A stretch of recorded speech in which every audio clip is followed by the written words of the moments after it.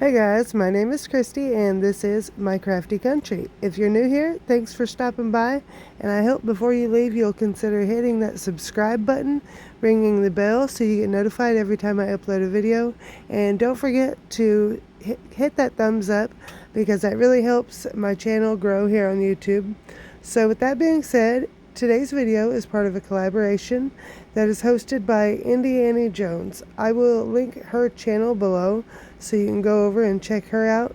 And I will also link the playlist below so you could check out some other crafters doing some awesome Hocus Pocus 2 DIYs.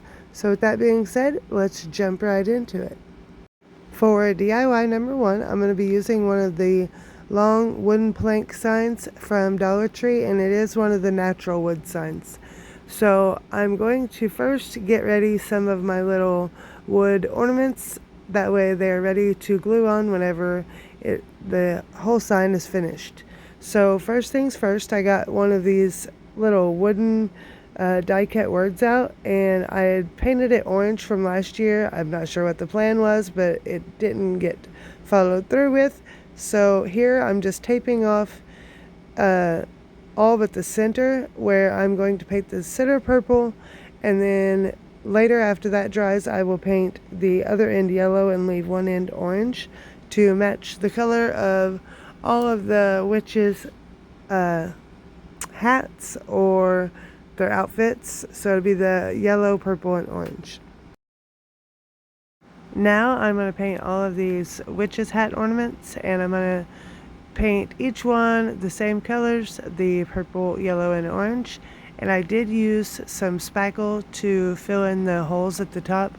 So I just filled the holes and then sanded them smooth after they were dry, and then painted over top of them, and you can't even tell they were there. The colors of paint I used was a purple, I think it was apple barrel paint, and I will put the name of that color here in just a second.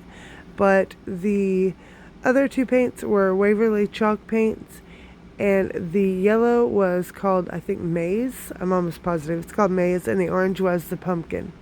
So after they were all three completely dry, I got my white paint pen out and just kind of drew some lines to make the hats, give them a little bit more dimension and some shape to them. So then these were ready to glue onto the sign, so I just set them aside until I'm ready for them again.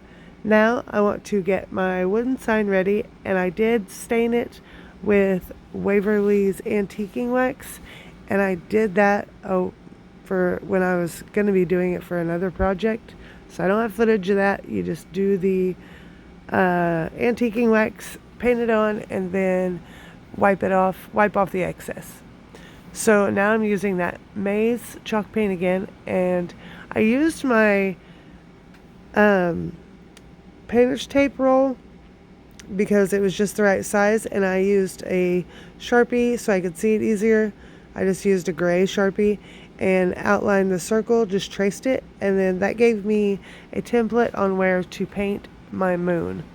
So I did a couple coats in the maize chalk paint, being really careful to keep with my circle, and I let those dry completely in between coats.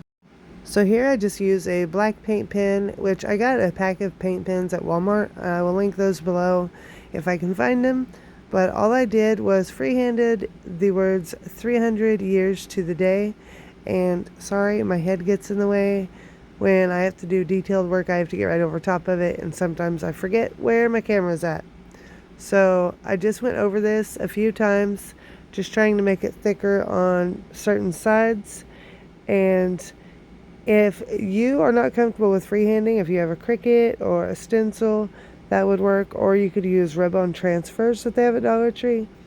But I was just kind of comfortable with freehanding, even though I wasn't really happy with the way the word day showed out. But it is what it is, right? So now I am ready to glue my little witch hats on.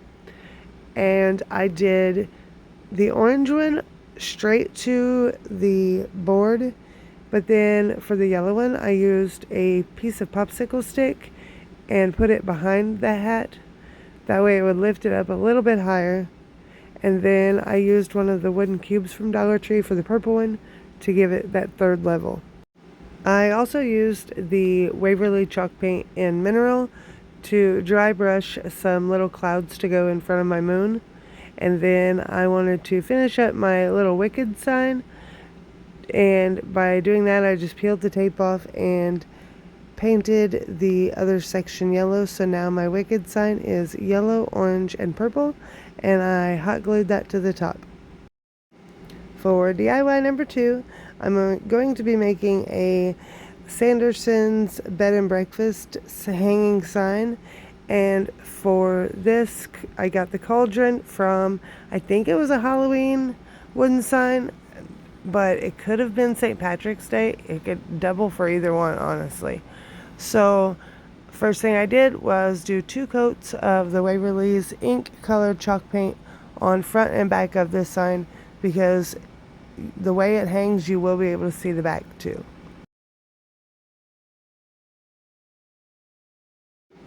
Once that dries completely, I got out the mineral chalk paint and just dry brushed on a little bit of, I guess, weathering to it to make it look like it wasn't just brand new cast iron black. The flat chalk paint made it look really cool as the cast iron though, but I just wanted a little age to it. And then I was getting my little hanger ready, and I used one of the potted plant hangers from the summertime, along with some of the chains that they sell to use for hanging pots. Then I got on my Cricut and I made the words Sanderson's bed and breakfast stay for a spell, and I absolutely love this sign. And all I did was I used a command strip to hang it up. And I have to say, out of all my DIYs here, this one is my absolute hands down favorite. So for DIY number 3, I'm going to do a very simple Cricut cutout that just is a labeled, it says Black Flame Candle Company, and I attached it to one of the pillar candles from Dollar Tree, and that was all there was to this. So I really hope you guys enjoyed my Sanderson Sisters Hocus Pocus DIYs. If you did, make sure to give a big thumbs up, and don't forget to subscribe, and go down in the description box and check out the playlist and see what all kind of fun DIYs that the other ladies came up with for the Hocus Pocus 2 challenge. And I would like to again thank Annie, and I will link her channel below, so make sure to go show all these girls some love. Thanks for watching.